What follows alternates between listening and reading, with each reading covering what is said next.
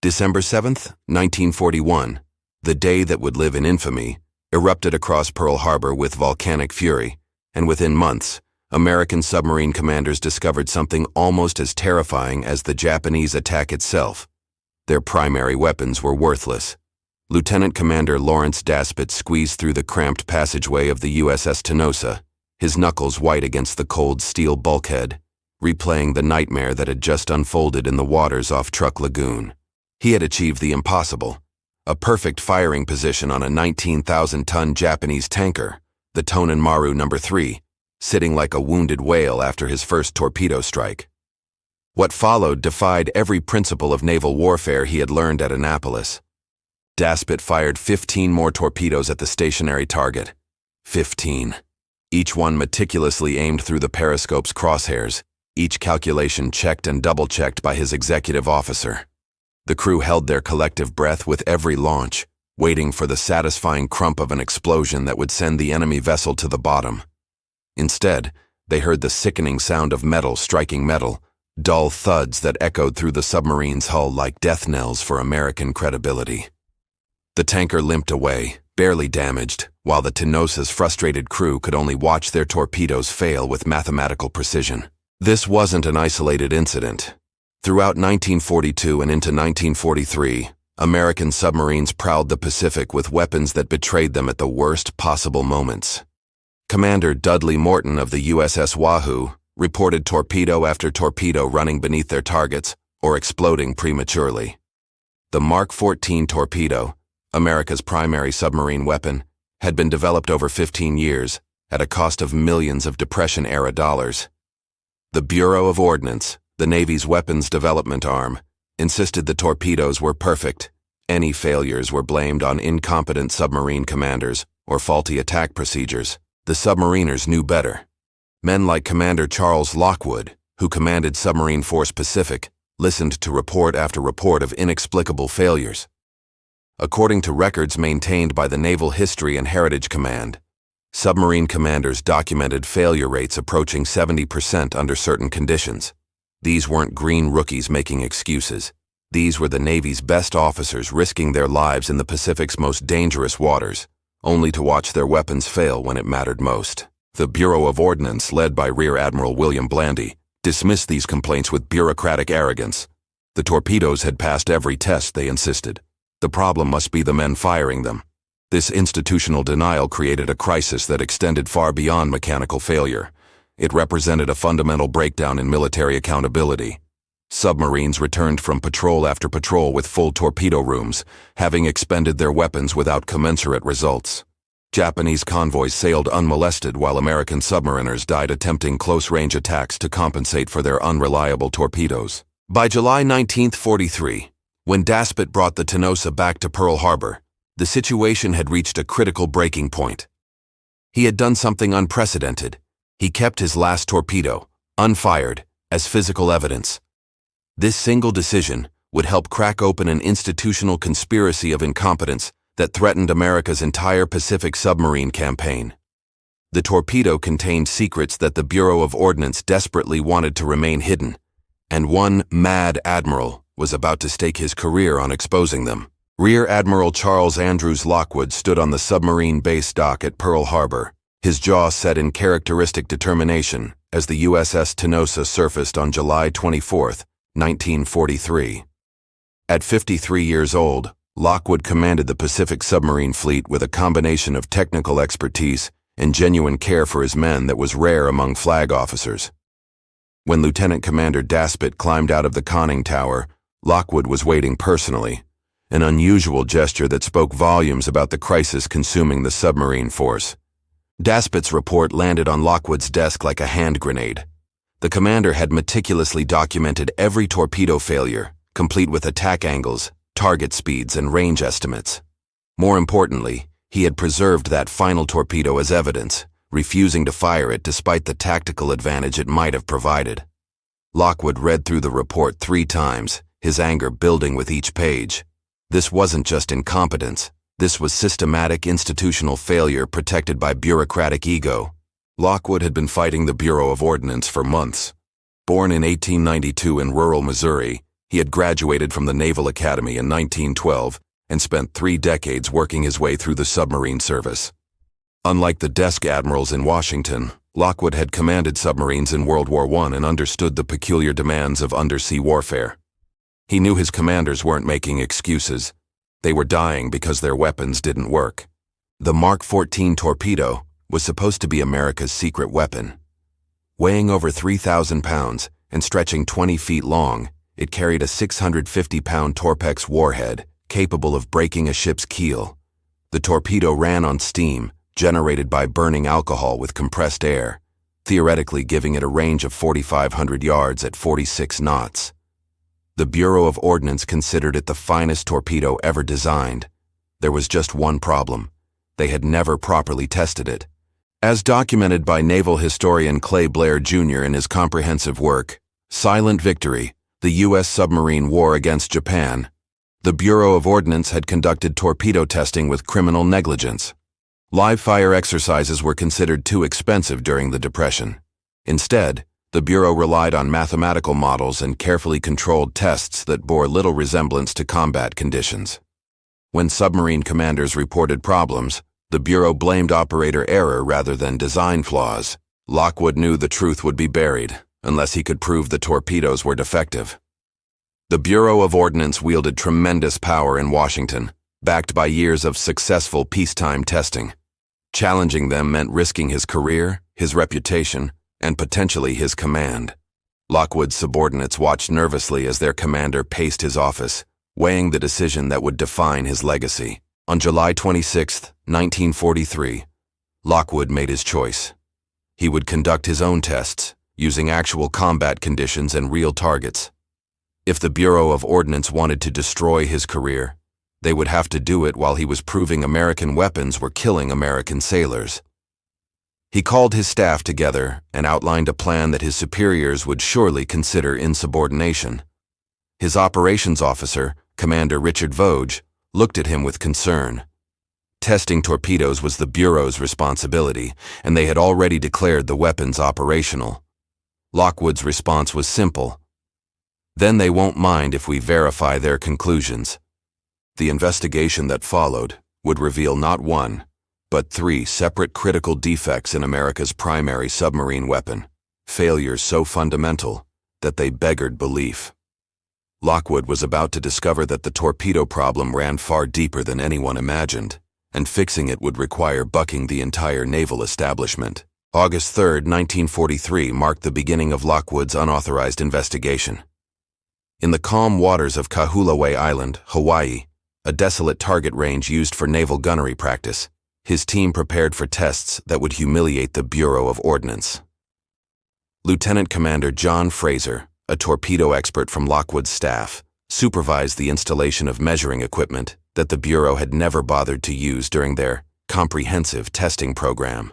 The test protocol was elegantly simple. They would fire torpedoes at various depth settings through anti-submarine nets rigged with sensors to measure actual running depth. The Bureau claimed Mark 14 torpedoes would run within 1 foot of their set depth. Lockwood needed to know if combat reports of torpedoes running too deep and passing harmlessly beneath enemy hulls were accurate, or the complaints of incompetent skippers. The first torpedo was set to run at 10 feet depth, a standard setting for attacks against large cargo vessels. Fraser watched through binoculars as the weapon left its launch tube, trailing a telltale wake through the Pacific waters. The net registered the torpedo's passage. When Fraser checked the instruments, his face went pale. The torpedo had run at 25 feet, 15 feet deeper than intended. He rechecked the calculations 3 times, unable to believe the magnitude of the error. They fired again. Same result. A torpedo set for 10 feet ran at 23 feet. Another set for 15 feet ran at 28. The pattern was consistent and damning. Mark 14 torpedoes ran approximately 11 feet deeper than their depth setting across all test ranges. This meant that for nearly 2 years, American submarines had been firing torpedoes that passed directly beneath their targets, missing by margins that would have been comical if they weren't costing American lives and prolonging the war. Lockwood stood on the beach at Kahului, holding Fraser's report with hands that trembled with rage. The mathematics were undeniable. The Bureau of Ordnance had approved a weapon system without conducting proper depth testing. Worse, when submarine commanders reported depth control problems in 1942, the Bureau had blamed them for improper maintenance or firing procedures. How many Japanese ships had escaped? How many American submarines had been lost attempting suicidal close-range attacks to compensate for torpedoes that wouldn't run true? The explanation for the depth control failure emerged from Fraser's technical analysis. The Mark 14 used a hydrostatic depth sensor called the Mark 6 exploder, which measured water pressure to maintain running depth. However, the Bureau had calibrated the sensor at the Naval Torpedo Station in Newport, Rhode Island, using fresh water. When the torpedoes entered salt water, which is denser and exerts different pressure characteristics, they ran deeper than intended. This was first-semester physics, but somehow the Bureau's engineers had missed it entirely. Lockwood drafted his report with barely controlled fury. He documented every test, included photographs and sensor readings, and calculated the tactical implications with devastating precision. Thousands of torpedoes had been fired at targets they could never hit. The report concluded with a recommendation that all Mark 14 depth settings be reduced by 11 feet to compensate for the calibration error. He sent copies to Admiral Chester Nimitz, Commander-in-Chief Pacific Fleet, and to the Bureau of Ordnance in Washington. The Bureau's response arrived within a week. They rejected Lockwood's findings. Rear Admiral Blandy insisted that Lockwood's testing methodology was flawed and that the Mark 14 torpedoes performed exactly as designed. The message was clear. Stay in your lane, Admiral. Your job is to fight submarines, not question Bureau authority. But Lockwood had already distributed his findings to every submarine commander in the Pacific. Within days, skippers were manually adjusting their depth settings, and hit rates began improving dramatically. The Bureau could deny the problem, but they couldn't deny results.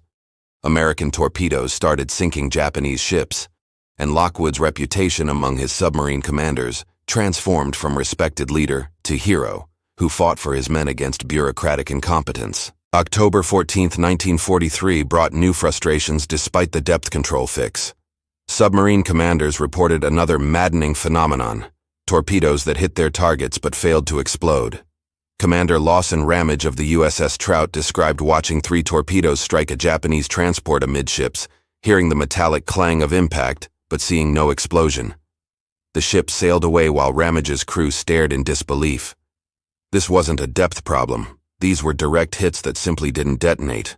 The Mark 14 carried 2 separate firing mechanisms: a magnetic influence exploder that was supposed to detonate beneath a ship's keel, and a contact exploder that triggered on direct impact. Lockwood had already deactivated the temperamental magnetic exploder after it caused numerous premature detonations. That left the contact exploder as the torpedo's sole firing mechanism, and it was clearly failing with alarming frequency. Lockwood ordered his team to Pearl Harbor's submarine base to conduct impact tests. Commander Swede Mommsen, the legendary submarine rescue pioneer who had invented the Mommsen lung breathing device, supervised the construction of a test rig. They suspended 500-pound steel plates at various angles in the harbor, simulating the hull of an enemy ship.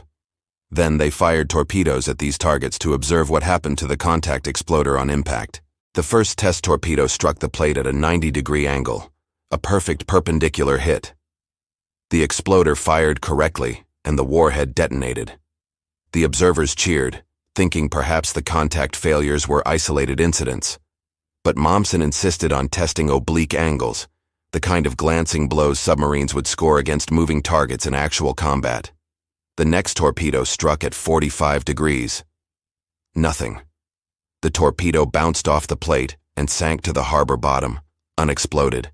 They recovered the torpedo and examined the contact exploder mechanism. What they discovered represented engineering incompetence on a breathtaking scale. The contact exploder used a simple firing pin mechanism. When the torpedo's nose struck a target, a firing pin would slam forward and detonate the warhead. However, at angles greater than 45 degrees, the impact force crushed the firing pin assembly before it could trigger detonation. The pin literally bent or shattered on impact, making it physically impossible to fire the warhead. This defect existed because the Bureau of Ordnance had never conducted live-fire impact tests against armor plate. They had tested the exploder mechanism on laboratory benches, using carefully controlled impacts that bore no resemblance to combat conditions. When the mechanism worked in the laboratory, they declared it operational and installed it in thousands of torpedoes. No one had bothered to shoot a torpedo at a steel plate to verify the design actually functioned. Lockwood's technical staff calculated the devastating implications. In combat, submarines rarely achieved perfect 90-degree impact angles. Most hits occurred at oblique angles as submarines fired at moving targets. This meant the contact exploder would fail in the majority of actual combat scenarios. American submariners had been fighting for 2 years with weapons that only worked under ideal conditions that rarely existed in warfare. The solution required redesigning the firing pin assembly to withstand oblique impacts. Commander Marcus Aurelius Godwin, a mechanical engineering specialist on Lockwood's staff, developed a modified firing pin mechanism using stronger materials and a different triggering geometry. His design could withstand impacts up to 70 degrees without crushing, dramatically expanding the envelope of successful attacks.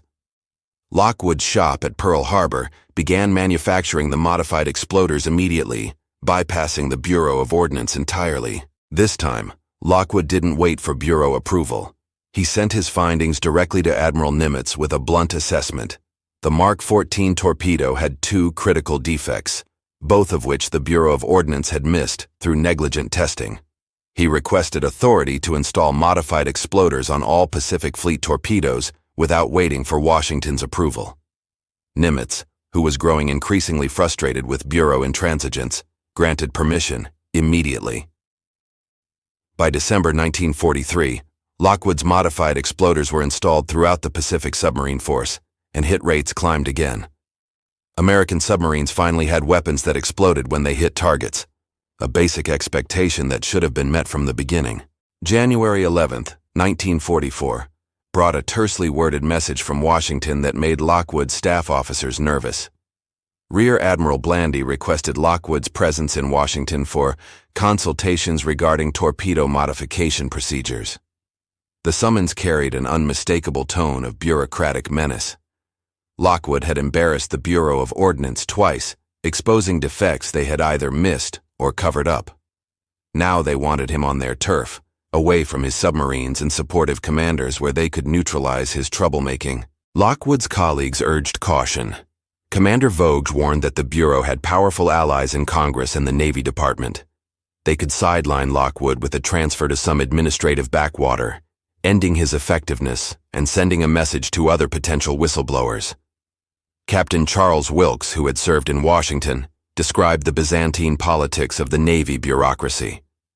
The Bureau of Ordnance protected its reputation above all else, and Lockwood had made them look incompetent. But Lockwood refused to be intimidated. He assembled a comprehensive report documenting every torpedo defect, every test result, and every piece of evidence his team had gathered. He included testimonials from submarine commanders, kill statistics comparing before and after the modifications, and technical drawings of the improved components.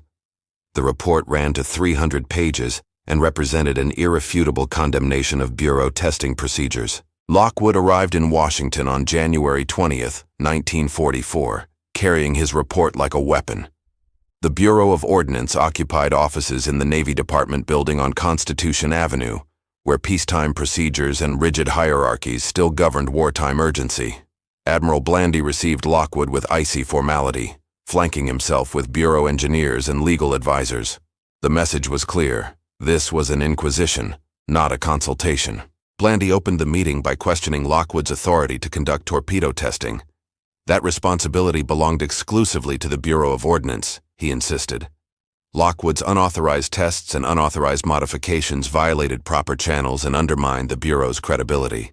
He demanded that Lockwood cease all torpedo development activities and submit any future concerns through proper bureaucratic channels, where they could be appropriately evaluated. Lockwood listened to this lecture with mounting anger, then opened his briefcase and dropped his 300-page report on the conference table with a satisfying thud.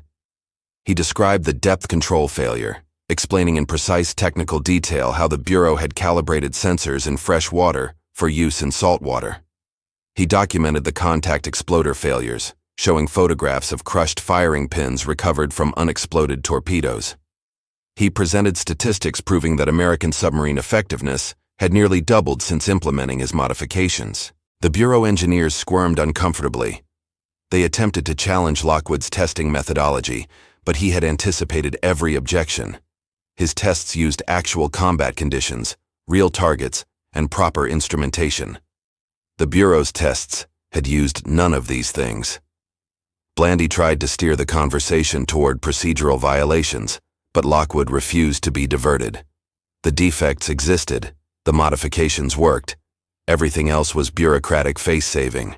The confrontation reached its climax when Lockwood threw down his final card. He had brought endorsements from Admiral Nimitz and Admiral Ernest King, Commander-in-Chief of the United States Fleet. Both supported Lockwood's modifications and questioned why the Bureau had failed to detect these defects during peacetime testing. King's letter was particularly scathing, suggesting that the Bureau's resistance to Lockwood's findings demonstrated a greater concern for institutional reputation than for American lives. With the Navy's two most powerful admirals backing Lockwood, Blandy's position became untenable. The Bureau could no longer dismiss Lockwood's findings as the complaints of an overreaching submarine commander. He had proof, support, and credibility. Blandy adjourned the meeting without comment, but everyone present understood that Lockwood had won. March 26, 1944 should have marked the end of the torpedo crisis, but Lockwood discovered that the Mark 14 harbored one final, potentially catastrophic defect. This one involved the magnetic influence exploder, a theoretically brilliant device that had become a practical nightmare. The magnetic exploder was supposed to sense changes in Earth's magnetic field caused by a ship's steel hull, detonating the torpedo directly beneath the target's keel, where the explosion would break the ship's back. In theory, one torpedo with a magnetic exploder could sink a ship that might require 3 or 4 contact hits. Lockwood had deactivated the magnetic exploder in mid-1943 after it caused torpedoes to explode prematurely, often hundreds of yards before reaching their targets. He assumed this was a sensitivity problem. The exploder was too touchy, firing on false readings. But Commander Lawson Valentine, a physicist who had joined Lockwood's staff, believed the problem ran deeper. Valentine had been examining magnetic exploder failures and noticed a disturbing pattern. Failure rates varied by geographic location. Valentine proposed a theory that horrified Lockwood. Earth's magnetic field varies in strength and orientation depending on latitude. The Bureau of Ordnance had calibrated the magnetic exploder at Newport, Rhode Island, which sat at approximately 41 degrees north latitude. The Pacific Theater, where submarines actually fought, ranged from the equator to about 40 degrees north latitude. If the Bureau had failed to account for these magnetic variations, the exploder would malfunction in combat zones even though it worked perfectly in Rhode Island. Lockwood authorized tests in Hawaiian waters, approximately 21 degrees north latitude. Valentine's team fired torpedoes with magnetic exploders at various depths beneath a test hulk. The results confirmed Valentine's worst fears.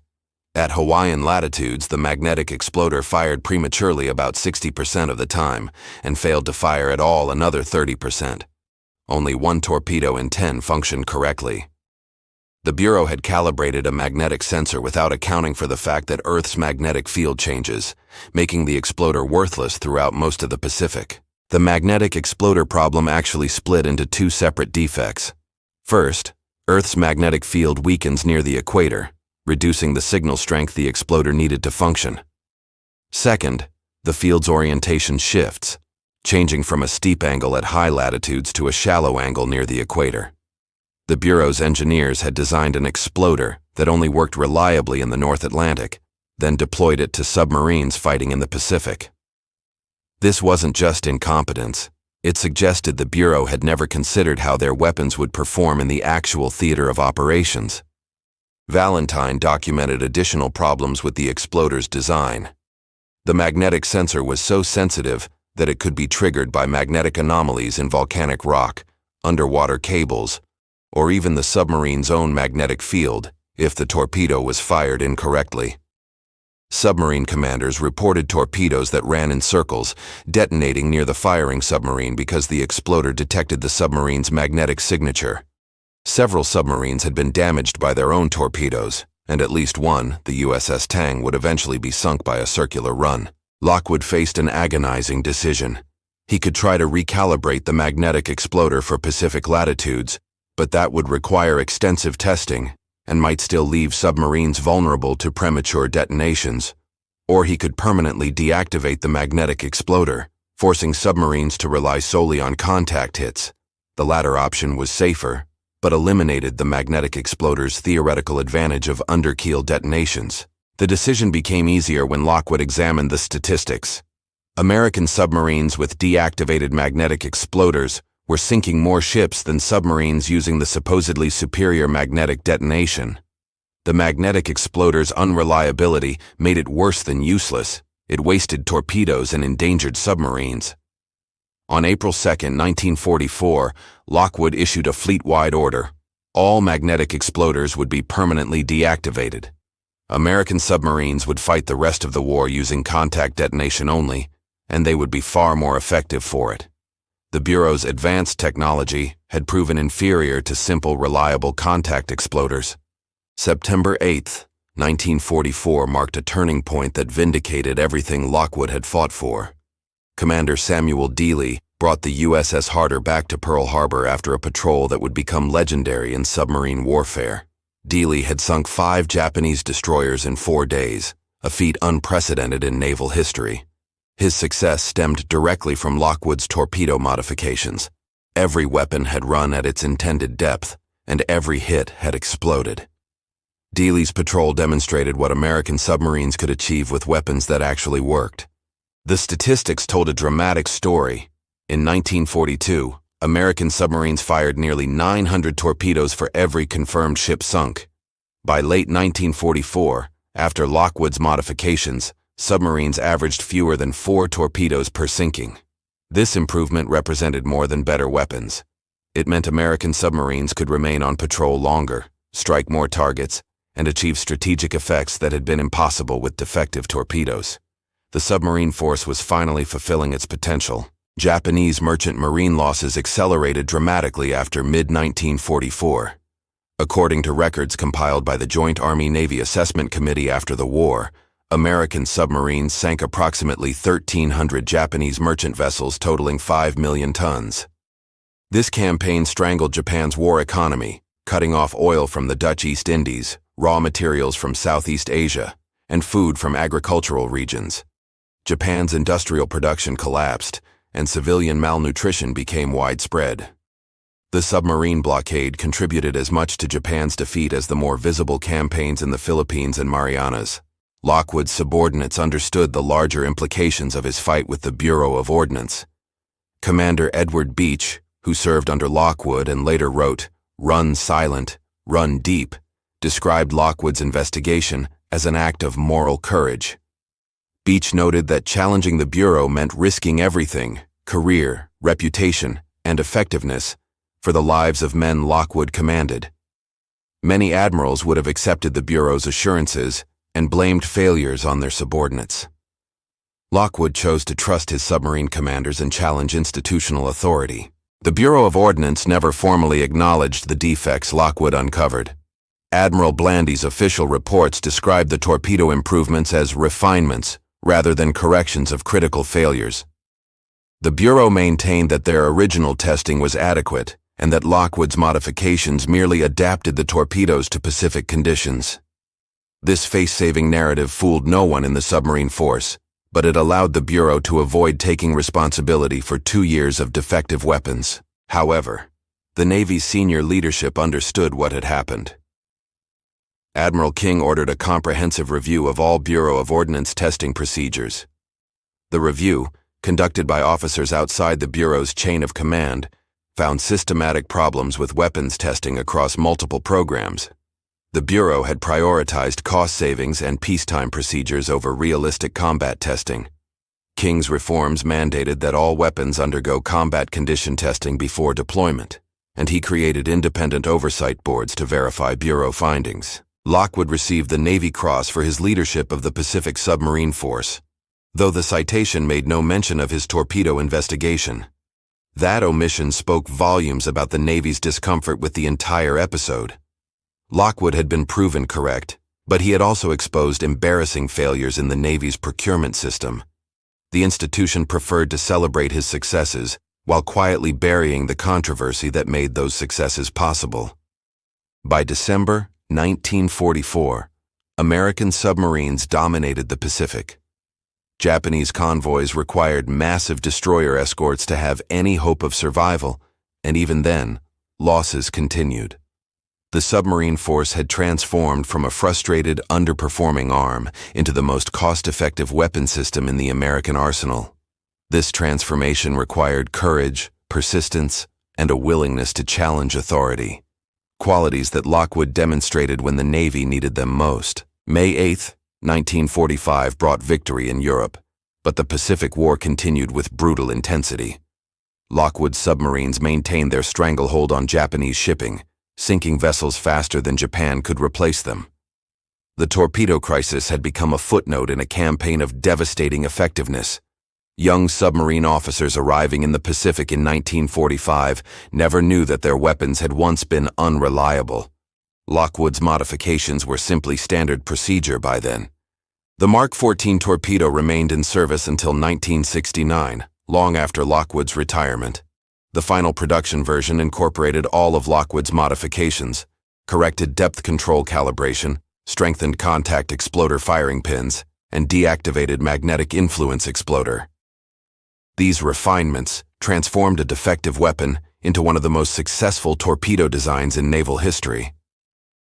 The Mark 14 sank more enemy tonnage than any other American torpedo, but only after Lockwood forced the corrections the Bureau of Ordnance should have made before the war. Lockwood retired as a vice admiral in 1947, carrying with him the respect of every submarine officer who served under his command. His subordinates called him Uncle Charlie, a nickname reflecting genuine affection rather than the forced familiarity some commanders cultivated. Lockwood had fought for his men when they needed him, challenging admirals and bureaucrats who wielded far more power than a submarine force commander.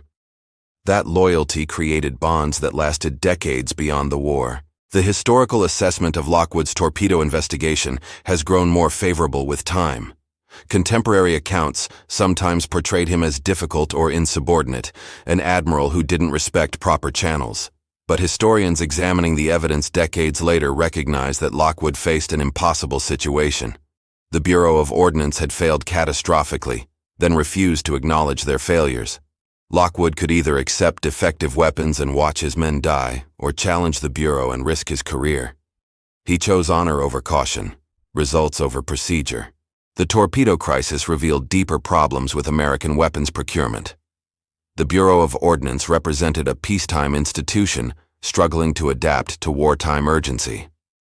Their engineers prioritized theoretical performance over practical reliability, confident that laboratory testing could predict combat effectiveness. This attitude pervaded the American military-industrial complex and led to failures beyond just torpedoes. The Mark 14 debacle taught the Navy that weapons must be tested under realistic conditions, that operator feedback matters, and that institutional pride cannot override evidence. Lockwood's investigation also demonstrated the critical importance of command climate. Lesser commanders might have suppressed negative reports, blamed subordinates for weapon failures, or simply accepted Bureau assurances. Lockwood created an environment where his submarine captains could report problems honestly, without fear of repercussion. This open communication allowed patterns to emerge that might otherwise have been hidden by commanders, worried about appearing incompetent. The phrase "Mad Admiral" appears in some accounts of Lockwood's torpedo investigation, though its origins remain unclear. Some historians suggest Bureau of Ordnance officials used the term dismissively, suggesting Lockwood's complaints reflected mental instability rather than legitimate concerns. Others believe submarine officers coined it affectionately, celebrating Lockwood's willingness to appear mad rather than accept defective weapons. Either way, the label captures the situation's absurdity. Lockwood looked irrational only to those who refused to accept evidence contradicting their assumptions. Lockwood died on June 6, 1967, at 75 years old. His obituaries focused on his wartime leadership and his role in developing submarine tactics, barely mentioning the torpedo investigation that made those tactics possible. But among submarine veterans, the torpedo crisis remained Lockwood's defining achievement. He had taken broken weapons, fixed them despite institutional resistance, and transformed the submarine force into a decisive strategic weapon. The final measure of Lockwood's impact appears in Japanese records. After the war, Japanese naval officers described the American submarine campaign as their worst strategic defeat.